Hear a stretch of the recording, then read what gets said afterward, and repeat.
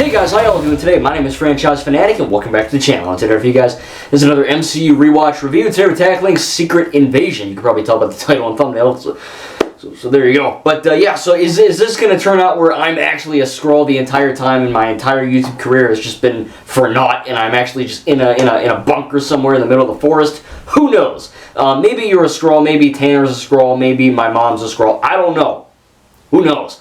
But yeah, so this is kind of a show that no one really, well, everyone wanted, right? Everyone wanted a Secret Invasion adaptation, that rhyme, into a, show and all that. And then, of course, look, I haven't read the Secret Invasion comic. I haven't.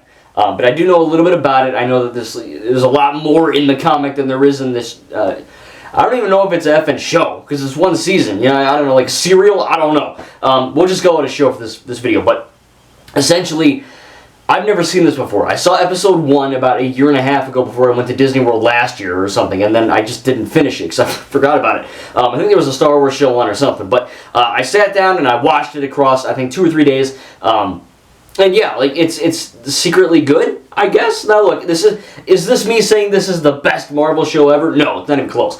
But it ain't bad either, okay? I think there's a lot of negative, I guess, perception online, right? Because you see, I think I was at Epcot actually in the land pavilion before we went on Soarin', and I was eating this food, at the land pavilion, and I look at the Rotten Tomato score. Now you guys know me, okay? I don't give a fudge of a Rotten Tomato score. I don't. If they say something is 2%, I might effing love it, or I might hate it. Who knows? You know what I mean? So like my advice, even regarding this video and me telling you what I think, make up your own opinion. Don't trust Rotten Tomatoes. Don't trust me. Don't trust anyone but yourself. Obviously, still listen to me. Thanks, you're the best. But pretty much when I looked at episode, I believe 6, it was called Home, it had a 7%. 7 out of 100. And I was like, oh my God, I freaked out. I was like, I was eating my, chicken, because I was like, no freaking way. There's no way that an MCU Marvel show, or MCU Marvel anything, right, has a 7%. That's like unheard of, right? That's gotta be false. So I went into the show thinking literally the worst. Because I see online, oh my God, they ruined War Machine. Oh my God, they ruined Nick Fury. Oh my God, oh my God. It was just, it was like, people think, this is bad. Wait till you watch, these Marvel fans watch Star Wars, right? The Acolyte hate. Jesus Christ, it was way worse. So yeah, I went into the show going, oh, this is going to be a garbage fest, right? This is going to be horrible, and it's going to ruin the MCU. And then I watched episode 1 again, right? And I was like, okay, this is good, right? I like Maria Hill dies, which isn't great, but I get it. It's for raising the stakes. I kind of understand. She was always kind of a nothing character anyway. She just kind of showed up and said shit, and then she just went away. So it's like, all right, bye Maria. So come back next time for your 2-minute cameo or whatever. So her dying obviously sucks. It sucks for Nick Fury and the cause and all that, and S.H.I.E.L.D. But let's not. Maria Hill was pretty much the Admiral Akbar of Marvel. Okay, so yeah, her death was sad, but it was whatever. Gravik is, I think, a good villain, right? Now, are his motives as incredible as some other Marvel villains? No, but he's not as one note as, say, the chick from the Marvels, right? Or Abomination in the Incredible Hulk, or something like that, right? Or Whiplash in Iron Man 2, or Malekith in Thor 2, right? He is not that bad, but his motives are pretty much, hey, as we find out through watching the show, hey, I'm kind of bad, and I want to kill all humans and basically annihilate all life on Earth except for Skrulls, because, Nick Fury screwed us over, and I lost faith in the humans, and the humans are going to kill themselves anyway, which it's probably true. I'm just saying. But, to Gravik's point, obviously his way of, killing everyone on Earth probably isn't the best thing in the world. So obviously Nick Fury and Sonya and all these other people have to kind of stop him. And yeah, so I think Gravik is a badass villain. I think he's cool. He's got like cool villain swag in a weird way where he's like, he looks cool. Where, he looks like a bad guy. He looks evil. And it's not just because he's British. Although that kind of helps. He is kind of this evil entity, and he just kind of wants to, rule the world and all that. And I think Gravik sets up, he's a decent villain. Sonya is another character that is dangerously close to being annoying. She's kind of like the Professor Umbridge of Marvel. She's like that British nanny where she's like, oh, hello there. How are you today? Yes, let me cut off your bloody fingers. And I'm like, oh, okay, this is This is gonna get annoying real quick, isn't it? And she's like, "I'm Nick Fury. Hello there. How are you doing? Let me. Can I cut off your fingers?" And I'm like, all right, this is a lot. This is a lot. You know what I mean? She is interesting. She's funny. She's that character where like she's funny and quirky and humorous, but you also don't want to screw with her because she'll cut off your finger. You know what I mean? So stuff like that. And it's just kind of like whatever. Like she's cracking jokes and one-liners, and then she's doing all this crazy stuff. So I get what they were going for. Not the worst character ever, but not the best. She's just whatever. But she is interesting. She is entertaining. I'll give her that much. Obviously, Talos is great in this as well. For what before he explodes in a way. And I thought it was really cool. I think Ben Mendelsohn, or whatever you say his last name, he's pretty much the villain in everything except for this. And I think he's his portrayal of Talos in Captain Marvel and of course this. I might be missing another thing he's in, but yeah, he was good in it. I think he genuinely is good in the show. Him and Nick Fury have some really good banter. I like that a lot. And Nick Fury, this is where we really see what Nick Fury's up to right now. He's been in a million other Marvel movies. He was making cameos. He was substantial roles, right, in like Avengers 1, stuff like that. He was kind of in Age of Ultron. He shows up in these odd projects, but this is the one where we really got to understand Nick Fury as a character, right? We see his wife, which was a Skrull. But she willingly knew it was a Skrull, and there's again, I'm not going to recap the whole thing, but his wife tells him why she picks the black woman's face, right? We figure out why she chooses that look, which is good. I think that actually, his wife had a good like character arc in a way. I thought she was cool. So yeah, going from episode 1 to episode 2, of course, we see Nick Fury, and we see that he's kind of hurting right now. A lot of people, I guess I'll talk about this briefly. A lot of people online kind of mention, there's so many reasons why this show blows. And number one is it's not like the comics. Yeah, I understand that, right? People wanted this big, sprawling epic. And we got 6 episodes of Nick Fury being sad, and it ends, right? That's what a lot of people think, at least. And yeah, this is a grounded show. This is not, aside from the big fight in the last episode, this is a pretty grounded show. Obviously, there are aliens and Skrulls and stuff, but it is still grounded in the sense of, yeah, like we're not going to space 24/7, and we're not, Iron Man doesn't show up and nuke a bunch of them, or Captain Marvel doesn't show up in the last second and save the day. This is not as intensive in terms of what people would have wanted, so I get that. But you have to, again, I say it all the time with these ones, and the Force Awakens poster over there, when it comes to reviewing media, you have to review it on what you got, not what you wanted to get. And people wanted something different than what they got. Therefore, they all threw a hissy fit, and they said this show blows, right? Hashtag 7% on Rotten Tomatoes. If you actually watch the effing show, and you actually use your brain cells, and go, oh, does this make sense for the current MCU, where we're at, what we're doing? Yes. Straight up. This would not make much sense to, I had an edge, to essentially, go, full-on crazy mode, right? So, I get it to a degree, but I also understand what the MCU was trying to do, and I liked it. Obviously, people, I guess we'll talk about Rhodey, right? Colonel Rhodes, War Machine. Yeah, like he was a Skrull, right? There's a lot of these reveals where, oh, he was a Skrull, oh, she was a Skrull. That was kind of the big one, right? Obviously, we find this out when he's in the shower or whatever, but also when Nick Fury shoots him in the face, and, he dies. And you see, oh, okay, that was the Skrull, and the real Colonel Rhodes is in that weird alien pod looking thing, and he's kind of tied up with the beams in his head or whatever. And we find out, okay, when was he, put into the Skrull machine, right? Okay, maybe people make the argument, oh, it was after Endgame, but I'm thinking it was probably sometime shortly after Civil War, where he's injured. I don't know if there's a definitive canon explanation. Please tell me in the comments. That is just simply my my deductive reasoning of using my brain cells by rubbing those bad boys together. And yeah, so we'll have to see what happens. But I think, I don't really have a problem with that. I think people wanted a big reveal of who was a Skrull the whole time. Oh my God, oh, it was Hawkeye, oh, it was your mom, oh, it was Snoke. And then it turns out, oh, it was this guy. And then people threw a bitch fit. It's the same. It's literally the same thing with Call of Duty, right? Every single year a Call of Duty game comes out, for good or ill, right? And people, it's like the cycle, right? They go, oh my God, new Call of Duty, awesome, great, cool. Then they get it and they're like, oh, it's actually horrible. And the one last year, that's the better one. And then you know, 6 or 7 months goes by, and they're like, you know, it's actually pretty good. And then the new Call of Duty releases, and then the one they were all hating on is now good, and the other one's new bad, right?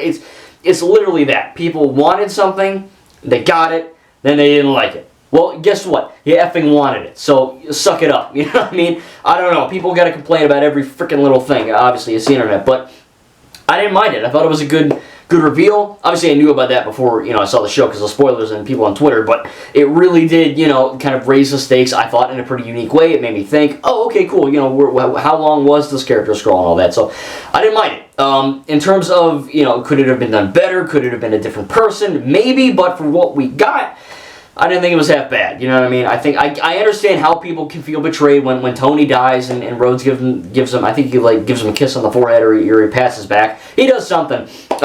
And, you know, he's like, oh, it was good. I had fun, Tony, or whatever he says. And I guess that kind of soils that moment or ruins the moment.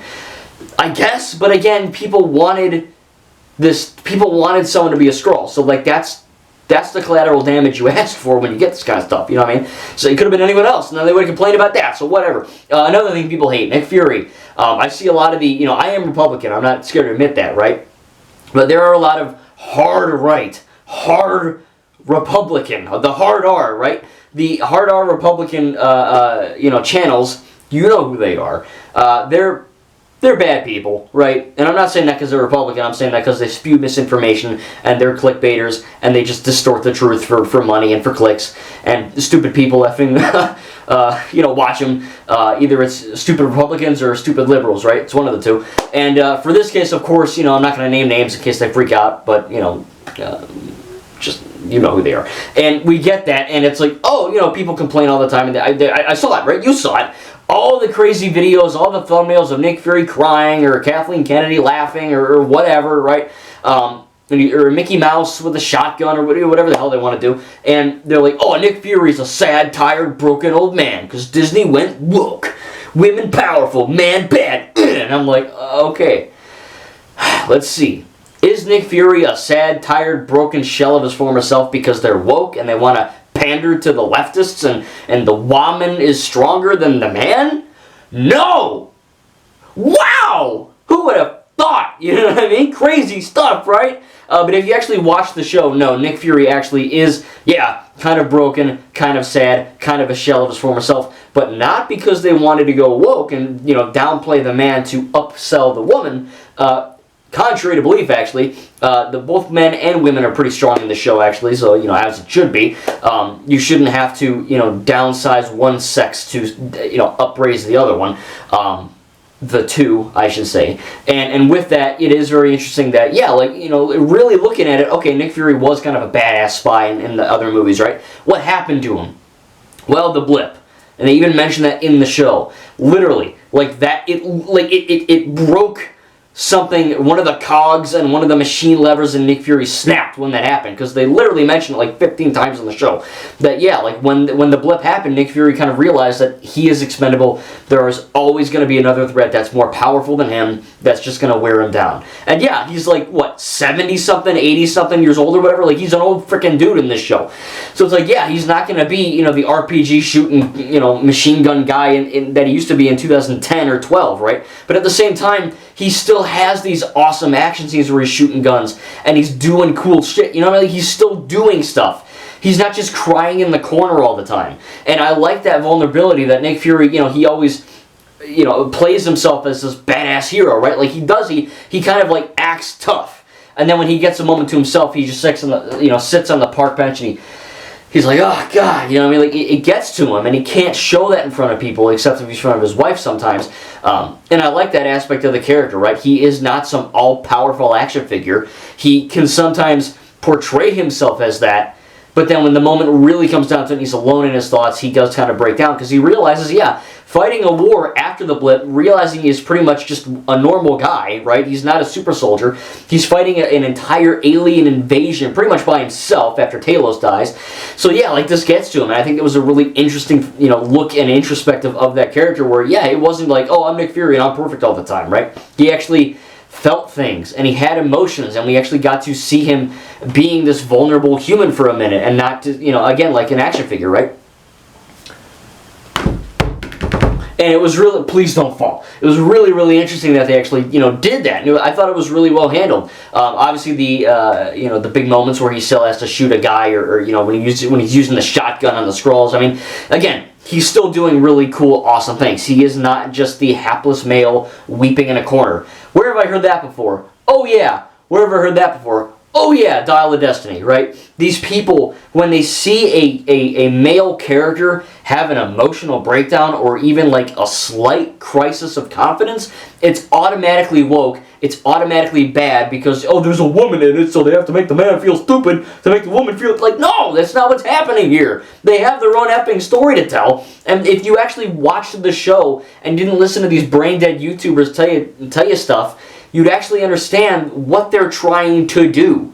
It's really not hard. And I'm not saying this to you, I'm just saying like in general, it's pissing me off. Every movie franchise, every franchise I watch, right? Whenever there's an actual character arc for a character, like look, Nick Fury was pretty much the action figure guy. Luke Skywalker, for the most part, Luke had a lot of arcs to go through in the originals, but this movie really made him my favorite character in all of fiction, right? You look at Indiana Jones, who, again, he didn't really have any character arcs before Dial of Destiny. He was just a cool whip-shooting, Nazi-shooting killer, the archaeologist teacher, right? Basically me. When I'm not teaching in the fall, I'll be hunting treasure. But at the same time, when you see these characters actually have a character arc, they need to realize that characters need to go through a negative instance to then emerge victorious to become positive, right? That's called a character arc. That's not a woke, man-hating thing by Kathleen Kennedy. People are so freaking dumb, I swear to God. But yeah, so a lot of these things that I read about, I was like, oh, okay, this is going to blow. And then I watched it and I was like, oh, this is great. Now, do I have issues with the show? Yes, this is not a perfect show. It's slow. I wouldn't call it boring. I was never bored once. Maybe it's because I'm 26 and I don't have the attention span of a dying mongoose. But at the same time, I'm able to, watch slower things and actually enjoy them, right? I don't know. I'm weird, I guess. But I enjoyed that. I enjoyed, the action. I thought it was really great, So, but really my only negatives is just, I guess, Graphic dying like a biatch. He just kind of dies in like a really kind of, I don't want to call it rushed, right? But, Gaia has the, you saw the thumbnail of her with the crazy Drax arm or whatever, and oh my God, people threw a fit. That was another thing. People absolutely lost their effing minds. They were like, oh my God, it's a woman! She's powerful! Like, they went crazy. And I was like, oh, okay, let's see, is this a woke thing? Is she just powerful because she's a woman? No? It's like, I don't understand. So, yeah, so she basically, Gravik wants to build this machine, right, to make him a Super Skrull and make his whole race Super Skrull so that he can kind of, take over Earth. Gaia gets Talos' daughter, Gaia gets a little shock full of that, and she literally dies in one of the episodes. She gets shot in the chest by Gravik.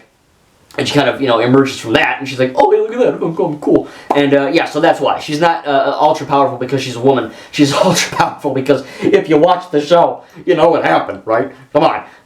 So I thought it was pretty interesting that they handled that. Is the fight a little wonky? Yeah, okay, look, Talos CGI isn't the best, right? It does look a little bit blurry. Maybe it was rushed. Maybe they ran out of budget. I don't really know. It's not the worst thing in the world. I think, again, it isn't the most climactic MCU show finale, right? Like, I know WandaVision was kind of just people shooting beams at each other as well, but this felt cool to me in this because a lot of this show, like I said, it is grounded. So when you get this almost Super Saiyan / anime style fight, it was like, oh, it was a hype moment, right? Like, this is cool. And it is kind of a shame when she just goes and, like, shoots a laser through his chest and he just falls over dead. I think it would have been better for Nick Fury to finish him off, or maybe Nick Fury and Gaia. I don't really know. But I thought it was really cool that, they actually attempted something like that. But one of the coolest things in this show is that this is rated TV-14, the equivalent of a PG-13 film. But I noticed something, and I don't know if you did. You probably did. But this show has R-rated violence in a PG-13 rating. I don't understand that.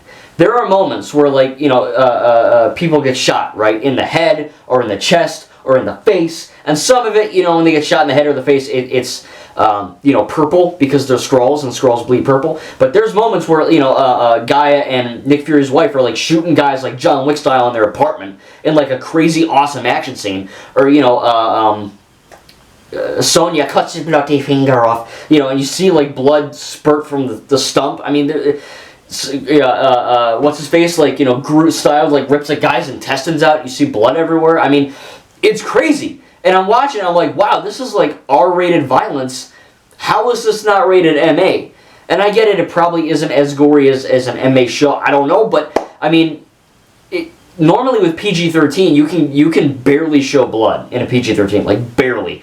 I guess it depends on if you're horror or whatnot, but just to see that, and I'm not some kind of weirdo that's like, oh, I love blood and guts, but like, it is interesting, right? That, like, you watch the majority of Marvel is for teenagers up, right? PG-13, and then you get this show, which is still PG-13 or TV-14 with blood, and I was just like, oh, okay, like they're I guess it's a bad thing to say a highlight of the show was a little bit of blood, but I mean, like, it really went a long way, and it made it felt more immersive in a sense. And I love the action. I really do. Like, I love the shootout with, I think it was in episode 4.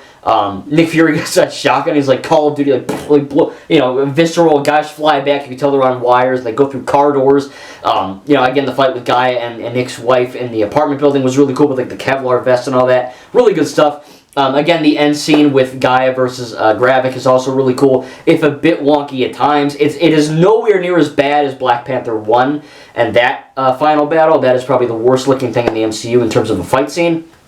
But I think that, it's still not perfect.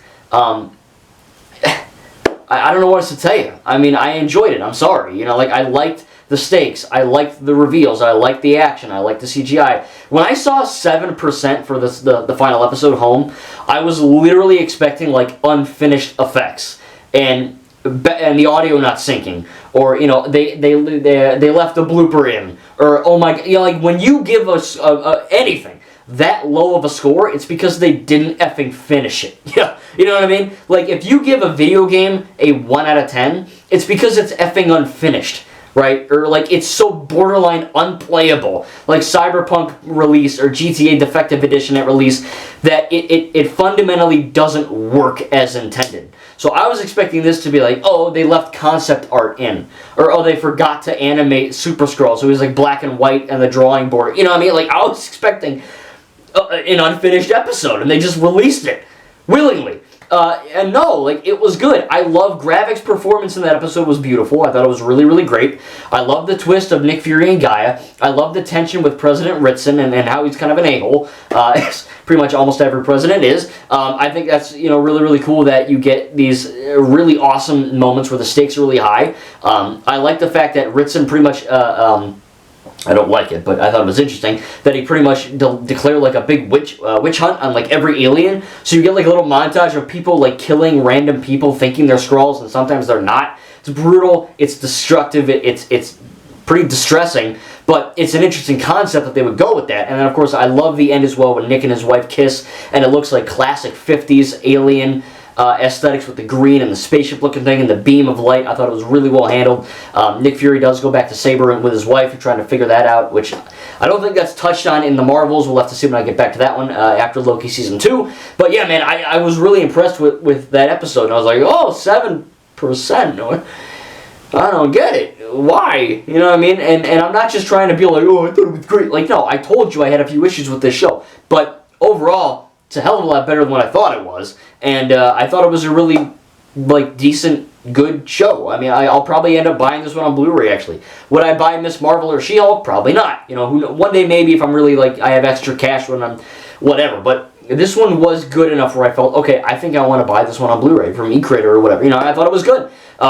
So I genuinely don't understand all the hate online. I get it. People wanted it to be more in tune with the comics, or they wanted something else. But again, no one should review media that way. No one should go, I wanted this, I didn't get it, therefore it's bad. Like, no. You look at the content you got, and then you judge it for what you got, right? That's pretty much common sense to me, right? And maybe I'm the idiot, but that's how I review things. And yeah, I thought it was pretty great. Do I have a few issues with pacing? Maybe some episodes are a little slow. Maybe the final fight looked a little bit wonky in terms. Maybe the bad guy died kind of weird.